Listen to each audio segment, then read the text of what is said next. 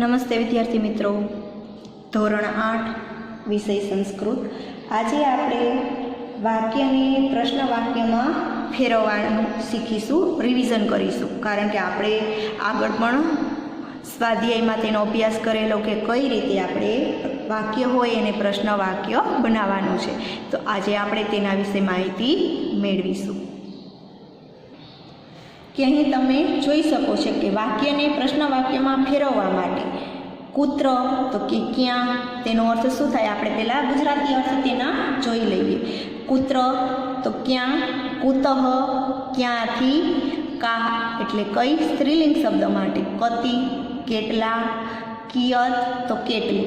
આગળ કીધું આ સંખ્યાવાચક અને આ જથ્થામાં હોય ત્યારે, અને પછી આપણે લખીશું કહ એટલે કોણ. કુત્ર ક્યાં, કુતઃ ક્યાંથી, કા કઈ, કતિ કેટલા, કિયત કેટલું અને કહ કોણ. હવે આપણે આ શબ્દનો ઉપયોગ કરીને પ્રશ્ન વાક્ય બનાવવાનું છે. અહીં આપેલું છે કે શીલા અજંતા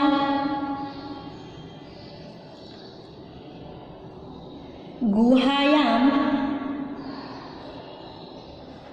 અસ્તિ. તો હવે આને પ્રશ્ન વાક્ય બનાવવાનું છે. તો આપણે એમ કહીએ કે શિલા અજંતા ગુફામાં છે, તો આપણે એને પ્રશ્ન પૂછવો હોય કે શિલા ક્યાં છે. તો પ્રશ્નાર્થ બનાવવા માટે આપણે કયા શબ્દનો પ્રયોગ કર્યો, ક્યાં. તો સંસ્કૃતમાં આપણે શું લખવાનું રહેશે, કુત્ર. અને પ્રશ્ન વાક્ય બનાવવો ત્યારે ખાસ ધ્યાન રાખવાનું કે છેલ્લે આપણે પ્રશ્નાર્થ ચિહ્ન મૂકવાનું. આપણે અહીં તેનો જવાબ લખીએ કે શિલા અજંતા ગુફામાં છે. તો તેનો આપણે પ્રશ્ન વાક્ય બનાવીશું. તો આપણે ગુજરાતીમાં પૂછીએ કે શિલા ક્યાં છે, તો આપણે ક્યાં માટેનો સંસ્કૃત શબ્દ કયો છે, કુત્ર. એટલે આપણે અહીં લખીશું કે શિલા કુત્ર અસ્તિ, છેલ્લે પ્રશ્નાર્થ ચિહ્ન. ત્યાર પછી બીજું વાક્ય બનાવીએ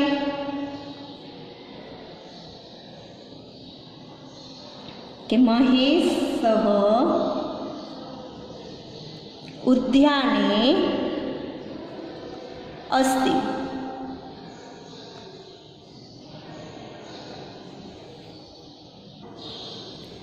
કે મહેશ બગીચામાં છે. તો હવે પ્રશ્ન પૂછો છે કે મહેશ ક્યાં છે, તો ક્યાં માટેનું સંસ્કૃત શબ્દ શું છે, કુત્ર. એટલે આપણે અહીં લખીશું કે મહેશ કુત્ર અસ્તિ. ત્યાર પછી ત્રીજું છે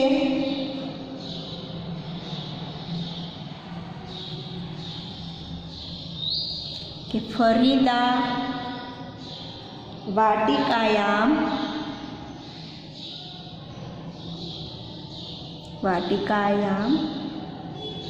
અસ્તિ.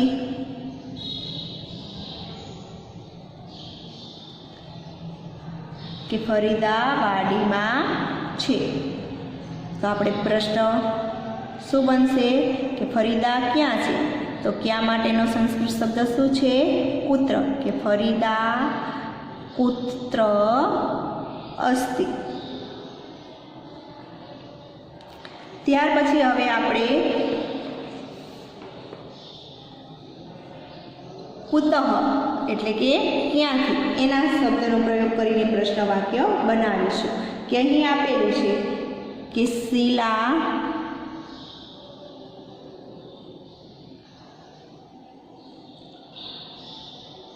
ગૃહતઃ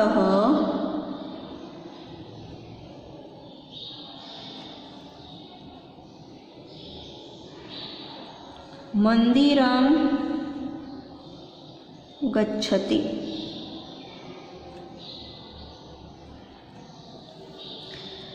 તો આપણે પ્રશ્ન બનાવવા માટે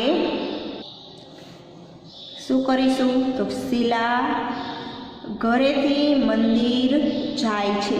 તો આપણે પ્રશ્ન પૂછવું હોય કે શીલા ક્યાંથી મંદિરે જાય છે, તો ક્યાંથી માટેનો સંસ્કૃત શબ્દ શું છે? કુતઃ. તો આપણે અહીં લખી શકીએ કે શીલા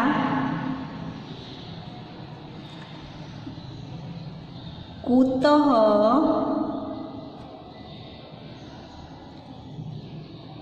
મંદિરમ ગચ્છતિ. અને બીજો પ્રશ્ન પણ બની શકે. કયો બની શકે? કે શીલા ઘરથી ક્યાં જાય છે, તો ક્યાં માટેનો શબ્દ તમને ખબર જ છે શું છે? કુત્ર. તો બે પ્રશ્ન બની શકે એક વાક્યમાંથી કે શીલા ગૃહતઃ કુત્ર ગચ્છતિ. આમાં આપણે બે પ્રશ્ન બનાવ્યા, એક કુતઃ અને કુત્રથી.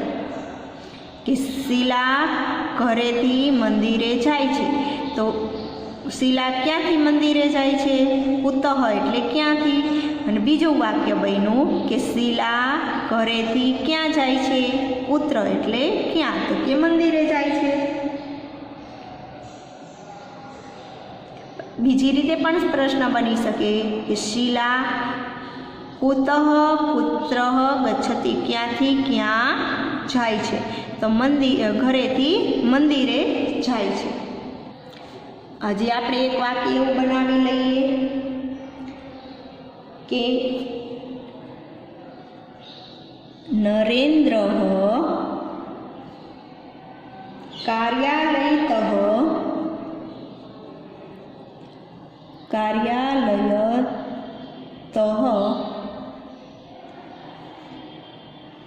ગૃહં ગચ્છતિ. કે નરેન્દ્ર કાર્યાલયથી ઘરે જાય છે, તો પ્રશ્ન વાક્ય બનાવવા માટે તો કે નરેન્દ્ર કુતઃ ગૃહં ગચ્છતિ.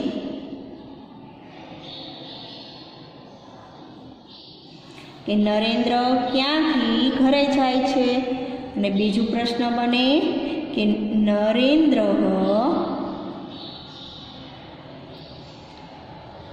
કાર્યાલયતઃ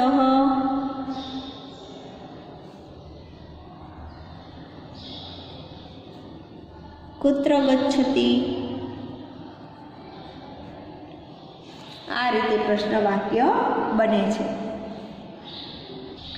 ત્યાર પછી આપણે લઈએ કા એટલે કે કઈ. કે અહીં આપેલું છે કે ગંગા શ્રેષ્ઠા નદી અસ્તિ. ગંગા શ્રેષ્ઠા નદી અસ્તિ. હવે આને પ્રશ્ન વાક્ય બનાવવા માટે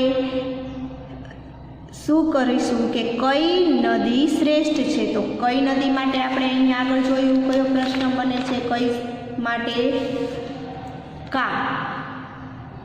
ફરી એકવાર ક્યાં માટે કુત્ર, ક્યાંથી કુતઃ અને કઈ માટે કા. તો આપણે અહીં શું લખીશું? આપણે અહીં પ્રશ્ન છે કે ગંગા શ્રેષ્ઠ નદી છે, આ વાક્ય છે. તો હવે આપણે પ્રશ્ન વાક્યમાં બદલવાનું છે. તો આપણે અહીં લખીશું કે ગુજરાતીમાં પ્રશ્ન પહેલાં કહીએ કે કઈ શ્રેષ્ઠ નદી છે. તો કઈ માટે અહીં કયો શબ્દ આપેલો છે? કા. કે કા શ્રેષ્ઠા નદી અસ્તિ. કઈ શ્રેષ્ઠ નદી છે. ત્યાર પછી બીજું એક વાક્ય જોઈએ કે ગંગા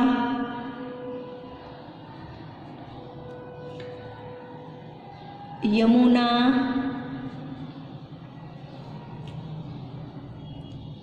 નર્મદા નદ્યઃ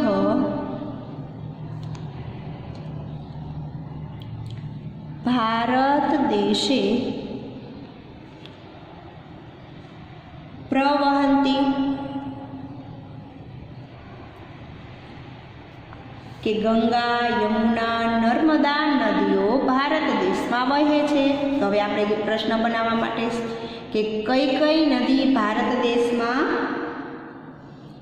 વહે છે, તો એના માટે આપણે કયો શબ્દનો પ્રયોગ કર્યો હતો? કઈ માટે? કા. તો આપણે અહીં 2 વાર લખીશું કે કા નદ્યઃ ભારત દેશે પ્રવહંતી.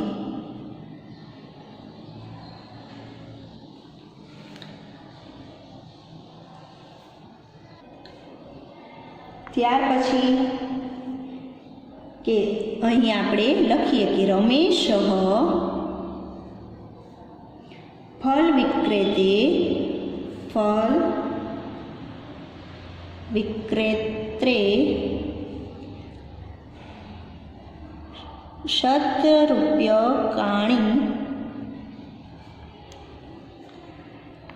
દદાતિ. આ વાક્ય છે કે રમેશે ફળ વેચનારને ₹100 આપ્યા. તો હવે આને પ્રશ્ન બનાવવા માટે કોણે ફળ વેચનારને ₹100 આપ્યા? તો કોણ શબ્દ માટે અહીં કયો શબ્દ છે? કહ. તો આપણે આ શબ્દનો પ્રયોગ કરીને પ્રશ્ન વાક્ય બનાવીશું. તો ગુજરાતીમાં આપણે પ્રશ્ન પૂછીએ કે કોણે ફળ વેચનારને ₹100 આપ્યા? તો એના જવાબમાં આપણે હવે સંસ્કૃત લખીશું. રમેશની જગ્યાએ કયો પ્રશ્ન શબ્દ લખીશું? કહ.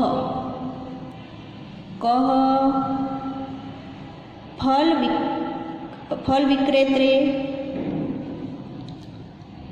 ₹100 દદાતિ.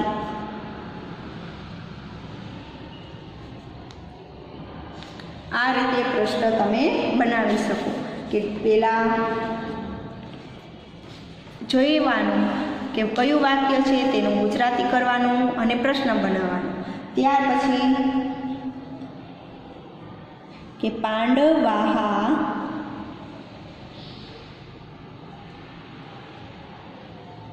પંચશંતિ.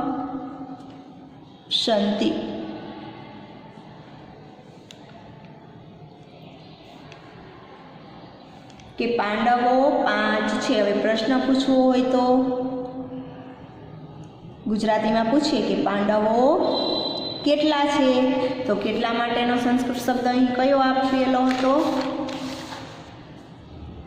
કતિ. તો આપણે અહીં પૂછી શકીએ કે પાંડવો કેટલા છે? તો પાંડવો કેટલા માટેનો શબ્દ કયો છે સંસ્કૃતમાં? કતિ. શંતિ. કે પાંડવો કેટલા છે? તો એનો પ્રશ્ન બનાવવો હોય તો પાંડવાહા કતિ શંતિ. ત્યાર પછી કે ઘટે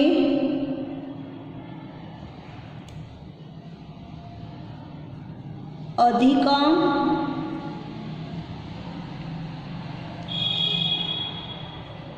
જલમ અસ્તિ. કે ઘડામાં વધારે પાણી છે. તો હવે આનો પ્રશ્ન બનાવવા માટે કે ઘડામાં કેટલું પાણી છે? તો કેટલું માટે કયો શબ્દ અહીં આપેલું છે? કિયત. કિયત એટલે કેટલું. આપણે ગુજરાતીમાં પ્રશ્ન બનાવ્યો કે ઘડામાં કેટલું પાણી છે. હવે એનું જ આપણે સંસ્કૃત કરીશું. તો અહીં આપણે લખીશું કે ઘટે કિયત જલમ અસ્તિ. ઘડામાં કેટલું પાણી છે અને છેલ્લે પ્રશ્ન ચિહ્ન કરવાનું છે. તો વિદ્યાર્થી મિત્રો, આ હતા કે પ્રશ્ન વાક્યમાં કેવી રીતે બદલાવવું. કે વાક્ય સાદું વાક્ય આપેલું હોય અને પ્રશ્ન વાક્ય ફેરવવા માટે કયા શબ્દનો ઉપયોગ થાય છે એ આપણે અહીં શીખ્યા. અસ્તુ. જય હિન્દ. વંદે માતરમ.